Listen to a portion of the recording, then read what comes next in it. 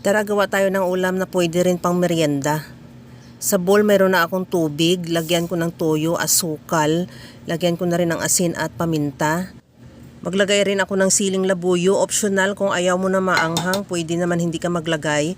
At naglagay na rin ako ng cornstarch.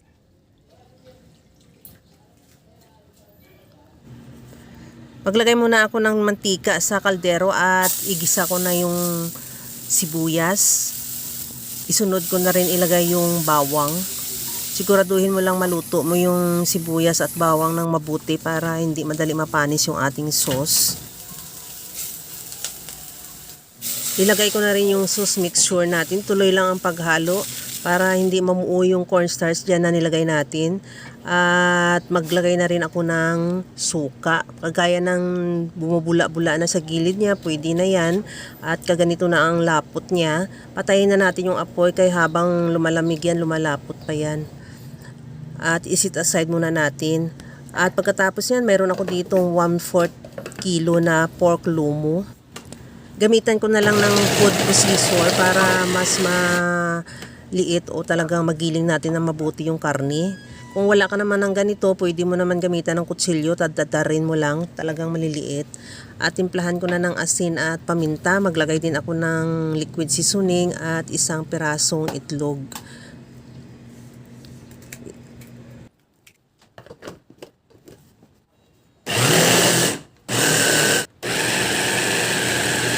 Pagkatapos ay ilipat ko muna yan sa isang bowl at i-set aside.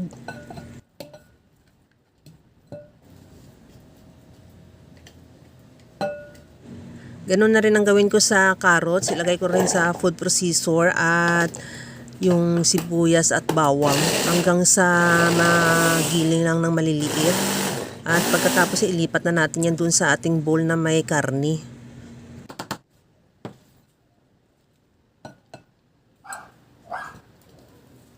Timplahan ko na ng paminta.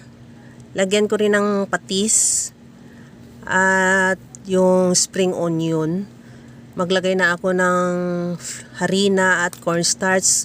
Nilagyan ko na rin ng baking powder. Kung mayroon kang ibang spices dyan na kagaya ng chicken powder o kaya ibang seasoning, kung gusto mo maglagay, pwede din naman.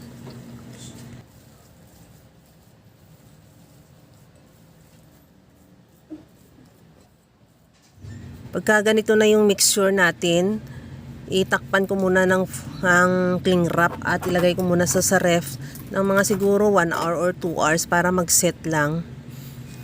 After 1 hour, okay na tong ating mixture. Nagpainit na rin ako ng tubig. Ginamitan ko lang ng 1 tablespoon na scoop at bilugin. At lutuin na natin yan sa mainit na tubig. Pagka nakita mong lumutang kagaya yan, luto na yan, pero niluto ko pa rin siya ng another 5 minutes para talagang maluto yung karni. At pagkatapos yan, tanggalin ko muna yan dyan. Ilagay ko sa strainer para makatulo yung excess na tubig.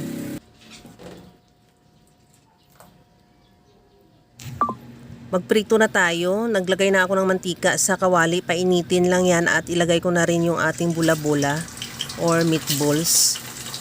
Antayin lang natin na mag-brown. O wag mo siyang dahil luto na rin din naman yan, hindi naman natin kailangan lutuin pa ng matagal. Pagka nag-brown na at nag-crispy yung pinakalabas niya, okay na yan. Ilipat na natin yan sa bowl na may paper towel para ma-absorb yung excess na mantika.